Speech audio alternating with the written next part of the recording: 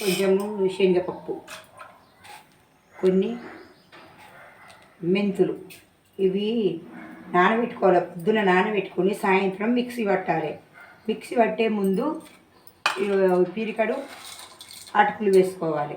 అన్నము అన్ని మిక్సీ పట్టిన ఉల్లిగడ్డ, పచ్చిమిర్చి, ఉప్పు సరిపోయేంత ఉప్పు, తేనె పెట్టుకొని ఆయిల్ ఇట్లా అప్లై చేసుకొని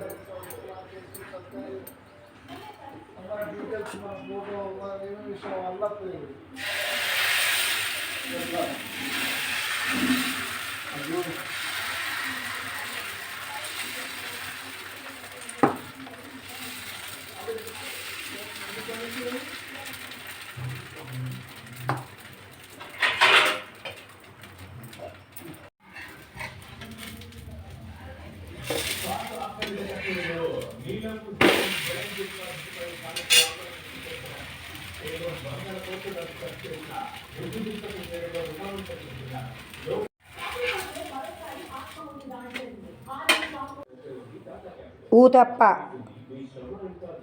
పల్లి చట్నీ.